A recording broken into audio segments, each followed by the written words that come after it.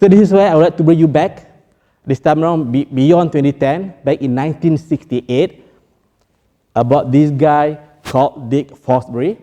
In 1968, Summer Olympics in Mexico, 21-year-old Dick Fosbury, he won the gold medal in high jump. Let's backtrack a little bit. During that time, when people were doing high jump, they were moving like hurdle. So they would run forward, they saw the bar, they jump forward. A few years earlier before that, Dick Fosbury, still in high school, he was one of those not good in high jump. So he wanted to find a way to solve that problem. How could he jump over the bar? So his intention, not to win, his intention was how to solve that problem. He didn't want to win, but at least he didn't want to be last. That was initial intention. So when we look into his mind, we can see his three types of questions in his creative process. The first question he asked was what we call the analysis question, the why question. Why the technique was ineffective, at least for him, because he couldn't jump. When he asked that question, he was listing down all the root causes, all the possibilities why things go wrong for him. That was the first type of question, analysis kind of question. And then he asked the second type of question. This is what we call the reframing question. How can he jump higher? How can he do it differently? What ways can he do differently so that he can jump higher?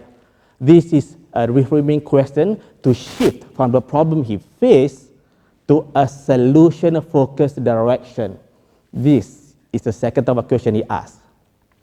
And the third question, he asked the what-if kind of question. What if I jump backwards? This is a trigger question, and at that point of time, I mentioned earlier on, people were jumping forward to do a high jump, but he asked himself something different from the norm.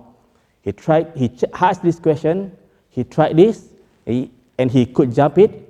He tried again, he could jump higher, so he could practice it. He practiced it, and in the end, on 20th October 1968, he won not only the gold medal in high jump, he broke the world record, and importantly, he was the inventor of this high jump method called the Fosbury flop. So that's what happened to him by unlocking his creative process. Our version of this Dick Fosbury to solve our problem by unlocking our creative process. Can we? The answer is yes, just using the technique he used, and I summarize it in what we call the art of asking. A, the analysis question. This is where you find the root cause. R, reframe the question from problem to solution. And then T, trigger to find the options to find the solution. The art of asking questions.